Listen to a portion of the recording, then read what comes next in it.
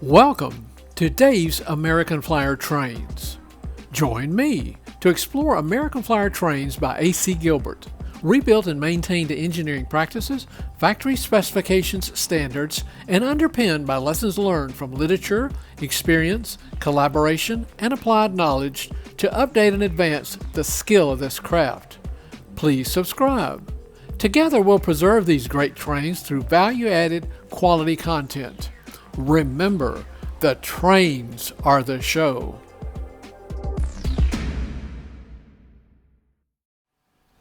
This video, and any that may follow it in the series, concentrates on 21801 Chicago Northwestern System, Baldwin's 21801 and 21801-1, the dummy A units that you see here, from the Gilbert American Flyer inventory from 1957 to 1958. First, a couple of foundational and housekeeping points, and there are four. Number one is the 21801 system trains have been returned to the owner. Therefore, this rebuild review is going to use photography. There will be videos of the Railhead and other tests. Number two, I didn't plan to engage in the rebuild of Baldwins. I heard from others through literature. That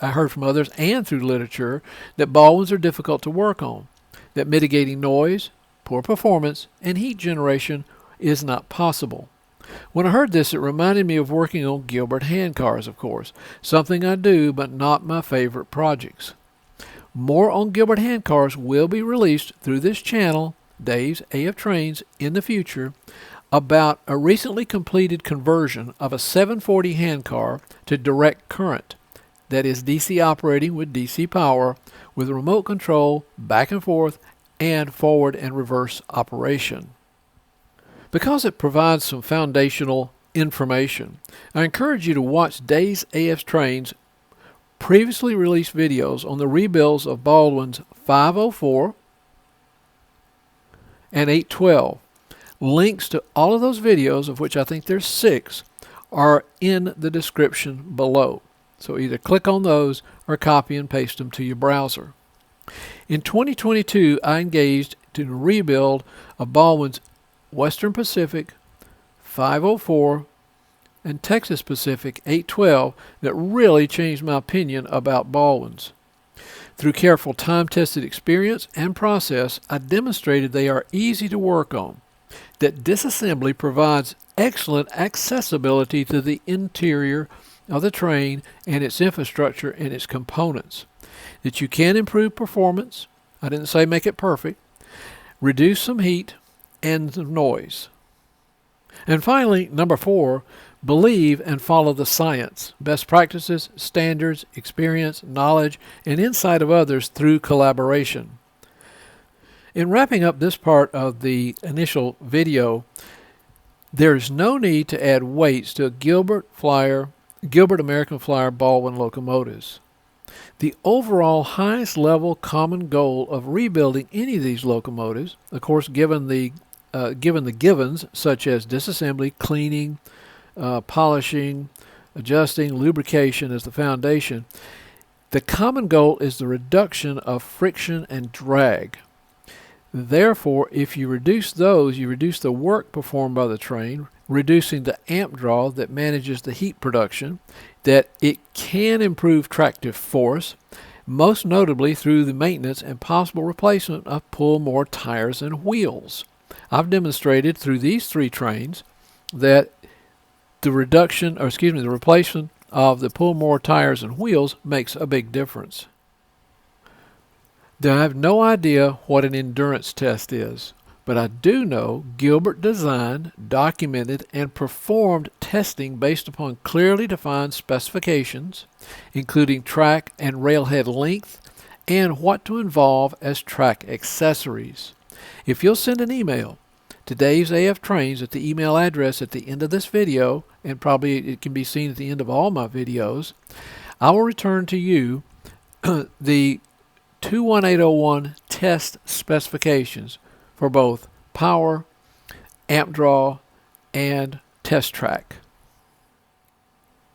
Those videos that I'm asking you to watch on 504 and 812 are about the rebuild of these locomotives, the two that I'm about to show you in still photography. 504, I believe through my research, and you'll hear it in the video, was in fact an original American Flyer, Gilbert American Flyer Baldwin that somebody converted. Most of the conversion, not all of it, but most of it was cosmetic. And as you can see, cosmetically, this one is outstanding. It's a beautiful train. That really shows the contrast of the nice, clean, possibly painted side frames against that orange body and the precise location of the decals. And I do believe these are water-based slide decals. Now there are a couple of differences that I think the person that did this rebuild or restoration did, is that they put plastic in the windows. They also put in a reverse light right here. It's an LED, same as on the front, a small LED. They also improved the attachment point right here for the back of the body. So they did a few small things like that, which really enhances the locomotive, but you won't find on a standard Baldwin. Just a magnificently looking train. And there's the front tab that you can see protruding through the grill work. And also rebuilt 812 Texas and Pacific. This one too had great response to the maintenance and to the changes. As a matter of fact, I don't even think I mentioned this in the videos on 812, but when I first put this one, as received from the owner, on the railhead, it was awful. The noise level, the jumping around, the grinding, you would think that the train was tearing itself up with the grinding noise. It far exceeded a noise level, I thought, that I've ever heard out of a diesel roar on an Alco. It was awful. So was its performance, just jumping around and spitting and sputtering.